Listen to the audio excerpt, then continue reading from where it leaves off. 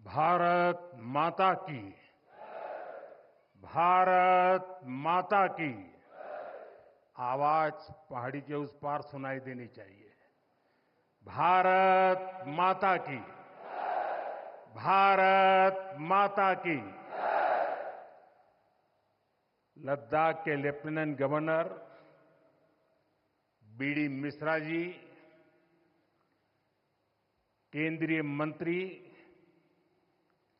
Sanjay Seth, chief of defence staff general Anil Chauhan, तीनों सेनाओं के सेनाध्यक्ष करगिल युद्ध के समय सेनाध्यक्ष रहे जनरल वीपी मलिक जी, पूर्व सेनाध्यक्ष जनरल मनोज पांडे जी,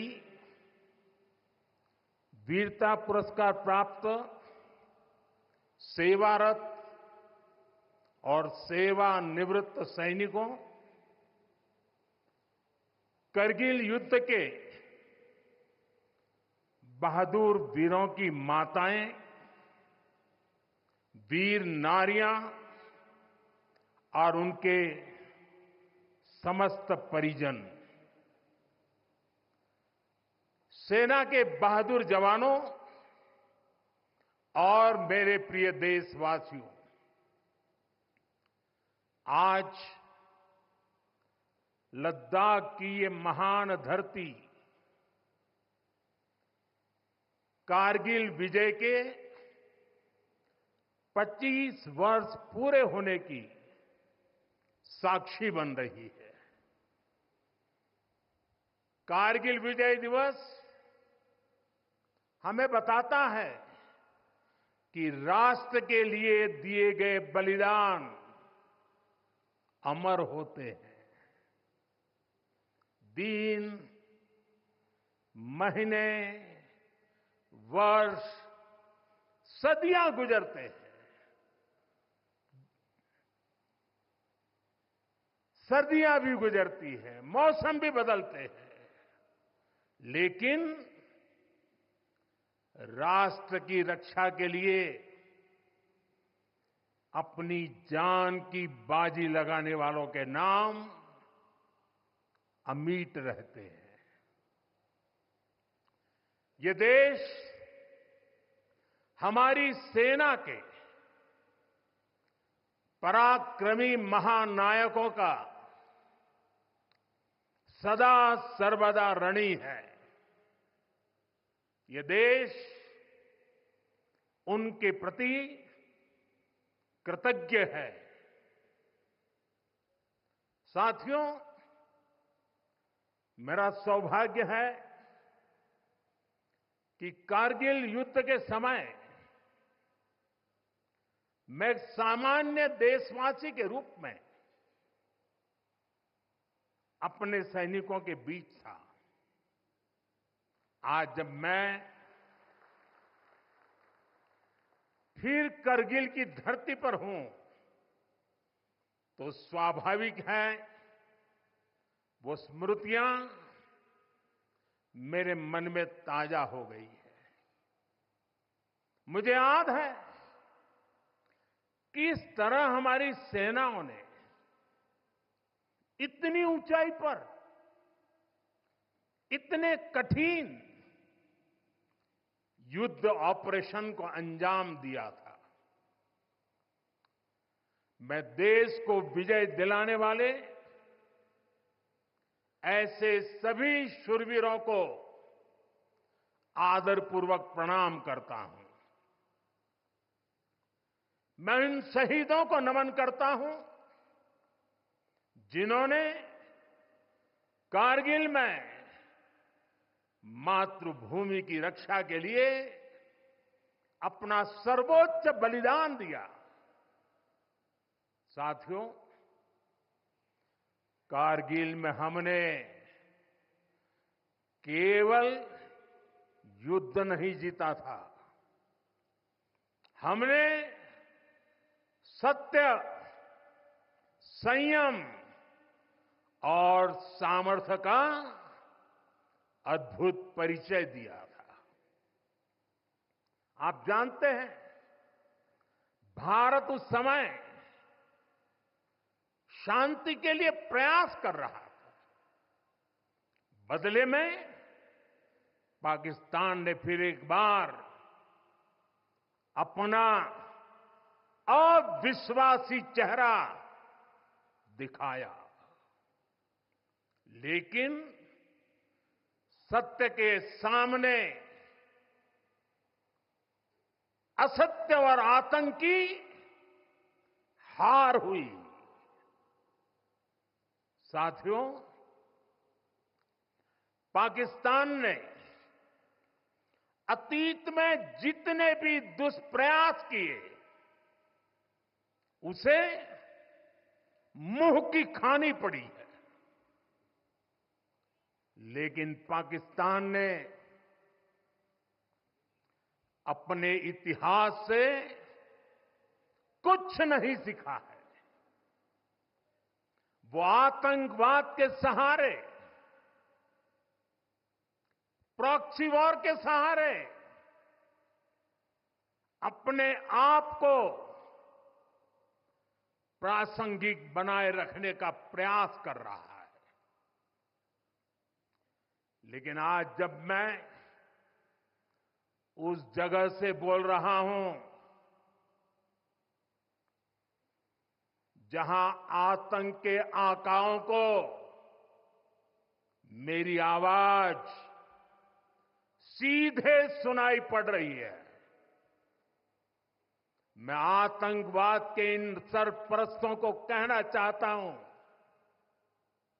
कि उनके नापाक मंसूबे कभी कामयाब नहीं होंगे।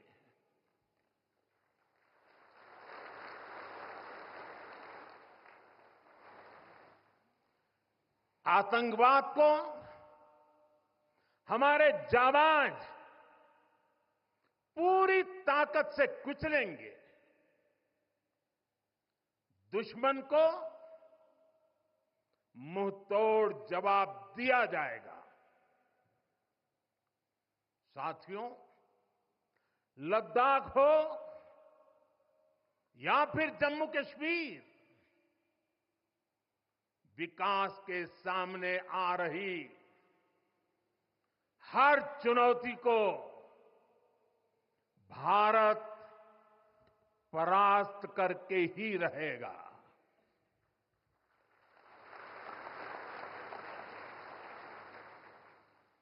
कुछ ही दिन बाद इस 5 अगस्त को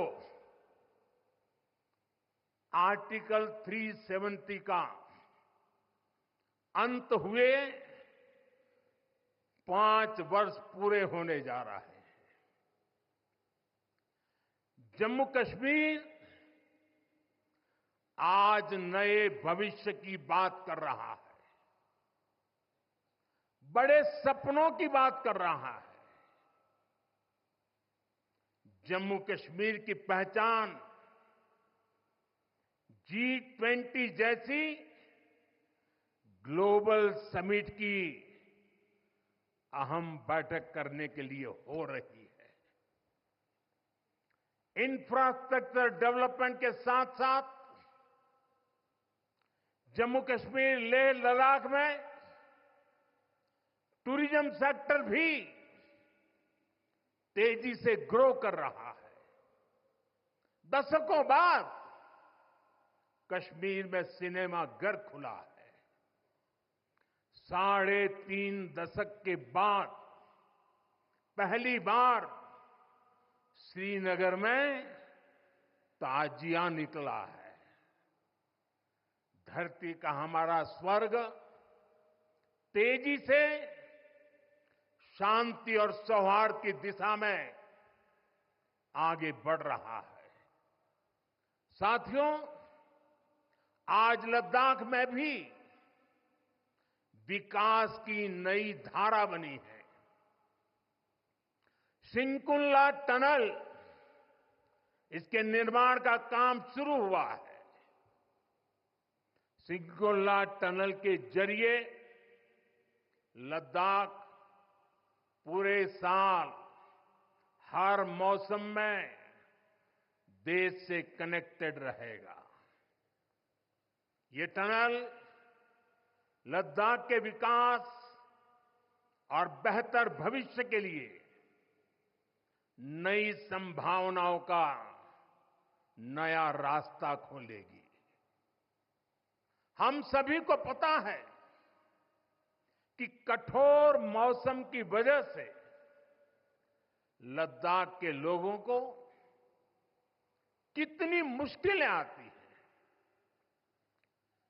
सिंकुंतला टनल के बनने से ये मुश्किलें भी कम होगी। मैं लद्दाख के मेरे भाई बहनों को इस टनल का काम शुरू होने के लिए विशेष बधाई देता हूं। साथियों, लद्दाख के लोगों का हित हमेशा हमारी प्राथमिकता रहा है। मुझे याद है कोरोना के समय में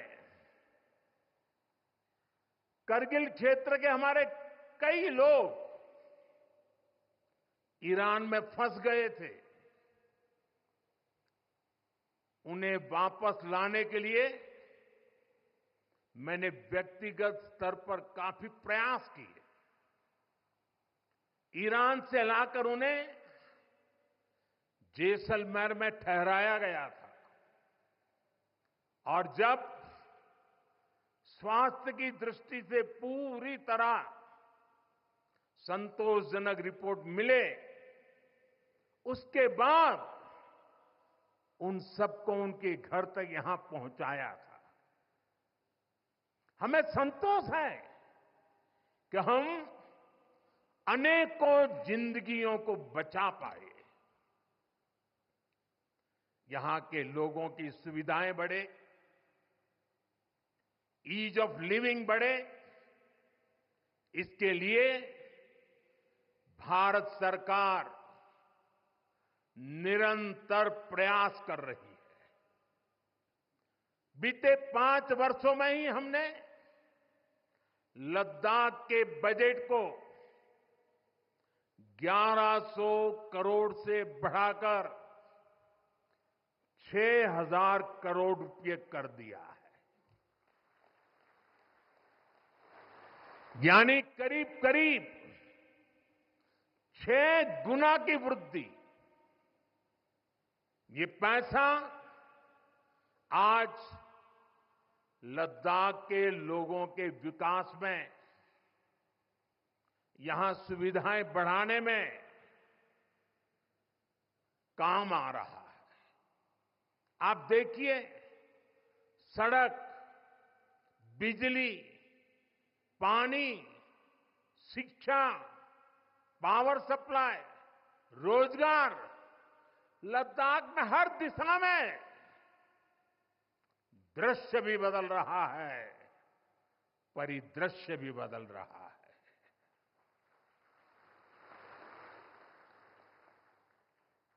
पहली बार यहां होलिस्टिक प्लानिंग के साथ काम हो रहा है। जल जीवन मिशन की वजह से अब लद्दाख के 90% से ज्यादा घरों में पाइप से पीने का पानी पहुंच रहा है। लद्दाख के युवाओं को क्वालिटी हायर एजुकेशन मिले, इसके लिए यहां सिंधु सेंट्रल यूनिवर्सिटी का निर्माण हो रहा है। पूरे लद्दाख क्षेत्र को 4G नेटवर्क से जोड़ने का काम भी चल रहा है। 13 किलोमीटर लंबी जोजिला टनल का काम भी जारी है। इसके वजन बनने से नेशनल हाईवे नंबर 1 पर भी ऑल वेदर कनेक्टिविटी हो जाएगी। साथियों, हमने देश के सीमावर्ती क्षेत्रों में विकास के असाधारण लक्ष्य तय किए हैं। चैलेंजिंग टास्क को अपने हाथों में लिया है। बॉर्डर रोड ऑर्गेनाइजेशन बीआरओ ने ऐसे लक्ष्यों को पूरा करने के लिए अभूतपूर्व गति से काम किया है। बीआरओ ने पिछले 3 साल में ही 330 से ज्यादा इंफ्रास्ट्रक्चर प्रोजेक्ट पूरे किए हैं। इसमें लद्दाख के विकास कार्यों से लेकर पूर्वोत्तर में सेला टनल जैसे प्रोजेक्ट भी शामिल है। मुश्किल टेरेन्स में विकास की एक गति नए भारत की क्षमता और दिशा दोनों दिखाते हैं।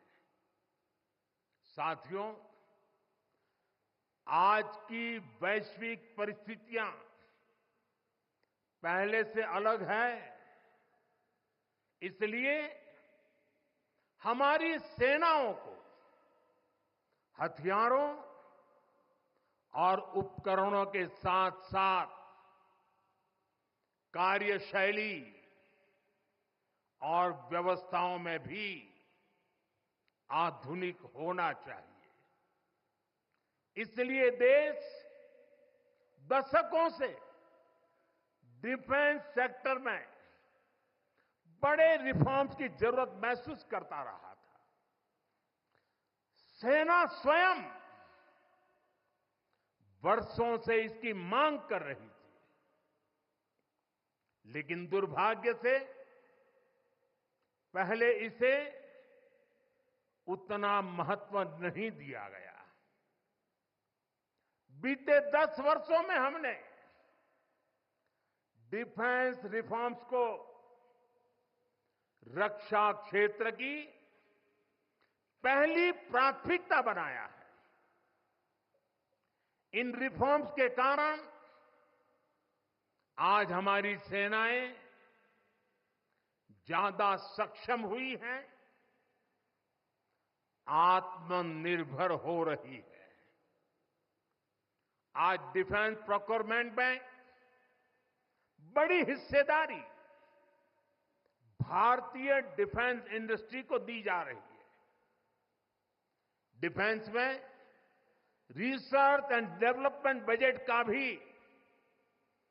25% प्राइवेट सेक्टर के लिए रिजर्व किया गया है। ऐसे ही प्रयासों का परिणाम है कि भारत का डिफेंस प्रोडक्शन अब 1.25 लाख करोड़ रुपए से ज्यादा हो चुका है। कभी भारत की गिनती हथियार मंगाने वाले देश के रूप में भी थी। अब भारत एक्सपोर्टर के तौर पर अपनी पहचान बना रहा है।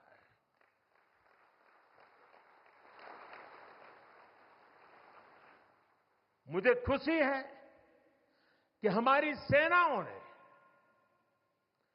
5,000 से ज्यादा हथियारों और सैन्य उपकरणों की लिस्ट बनाकर ये तय किया है कि अब ये 5,000 आइटम्स बाहर से नहीं मंगवाए जाएंगे। मैं इसके लिए सेना नेतृत्व को बधाई देता हूं। साथियों, डिफेंस सेक्टर में रिफॉर्म्स के लिए भी भारत की आर्म्ड फोर्सेस की सराहना करना चाहता हूं। हमारी सेनाओं ने बीते वर्षों में कई साहसिक निर्णय लिए हैं। सेना द्वारा किए गए जरूरी रिफॉर्म्स का एक उदाहरण अग्निपथ स्कीम भी है। दशकों तक संसद से लेकर अनेक कमेटी तक में सेनाओं को युवा बनाने पर चर्चाएं होती रही है। भारत के सैनिकों की औसत आयु, एवरेज एज, ग्लोबल एवरेज से ज्यादा होना, ये हम सबकी चिंता बढ़ाता रहा है। इसलिए ये विषय बरसों तक अनेक कमिटियों में भी उठा, लेकिन देश की सुरक्षा से जुड़ी इस चुनौती के समाधान की पहले इच्छा शक्ति नहीं दिखाई गई। शायद कुछ लोगों की मानसिकता ही ऐसी थी कि सेना मतलब नेताओं को सलाम करना, परेड करना। हमारे लिए सेना मतलब 140 करोड़ देशवासियों की आस्था। हमारे लिए सेना मतलब 140 करोड़ देशवासियों की शांति की गारंटी। हमारे लिए सेना मतलब देश की सीमाओं को सुरक्षा की गारंटी। अग्निपथ योजना के जरिए देश ने इस महत्वपूर्ण सपने को एड्रेस किया है। अग्निपथ का लक्ष्य सेनाओं को युवा बनाना है। अग्निपथ का लक्ष्य सेनाओं को युद्ध के लिए निरंतर योग्य बनाए रखना है। दुर्भाग्य से राष्ट्रीय सुरक्षा से जुड़े इतने संवेदनशील विषय को कुछ लोगों ने राजनीति का विषय बना दिया है। कुछ लोग सेना के इस रिफॉर्म पर भी अपने व्यक्तिगत स्वार्थ में झूठ की राजनीति कर रहे हैं। ये वही लोग हैं जिन्होंने सेनाओं में हजारों करोड़ के घोटाले करके हमारी सेनाओं को कमजोर किया। ये वही लोग हैं जो चाहते थे कि एयरफोर्स को कभी आधुनिक फाइटर जेट न मिल पाए। ये वही लोग हैं जिन्होंने तेजस फाइटर प्लेन को भी डिब्बे में बंद करने की तैयारी कर ली थी। साथियों, सच्चाई ये है कि अग्निपथ योजना से देश की ताकत बढ़ेगी और देश का सामर्थ्यवान युवा भी मातृभूमि की सेवा के लिए आगे आएगा। प्राइवेट सेक्टर और पैरामिलिट्री फोर्सेस में भी अग्निवीरों को प्राथमिकता देने की घोषणाएं की है। मैं तो हैरान हूं, कुछ लोगों की समझ को क्या हुआ है, उनकी सोच को क्या हो चुका है। ऐसा भ्रम फैला रहे हैं कि सरकार पेंशन के पैसे बचाने के लिए ये योजना लेकर आई है। मैं जरा ऐसे लोगों की सोच से शर्म आती है, लेकिन मैं ऐसे लोगों से पूछना चाहता हूं, जरा कोई मुझे बताए, आज मोदी के शासनकाल में जो भर्ती होगा, क्या आज ही उसको पेंशन देना है क्या? उसको पेंशन देने की नौबत 30 साल के बाद आएगी और तब तो मोदी 105 साल का हुआ होगा और तब न भी मोदी की सरकार होगी। क्या मोदी जब 105 साल का होगा, 30 साल के बाद जो पेंशन बचेगा उसके लिए मोदी ऐसा राजनीतिक है जो आज गाली खाएगा? क्या तर्क दे रहे हैं? लेकिन साथियों, मेरे लिए दल नहीं, देश सर्वोपरि है।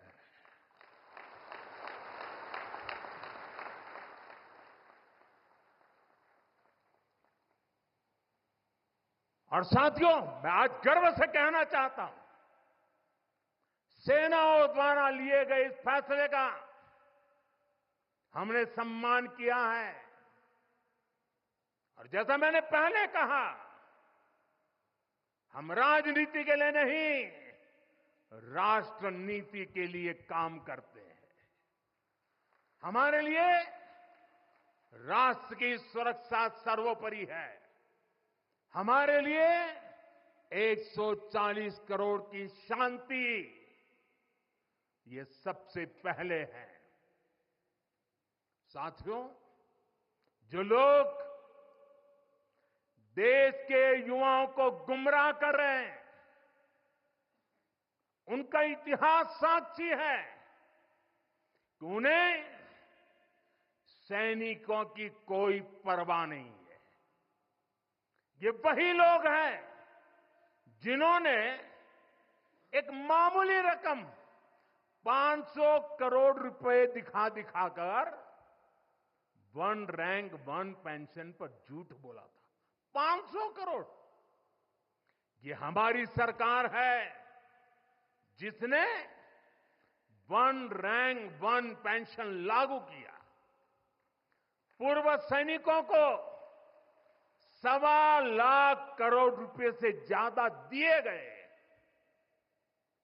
अब कहां 500 करोड़, कहां 1.25 लाख करोड़। इतना झूठ और देश के जवानों की आंख में धूल झोंकने का पाप।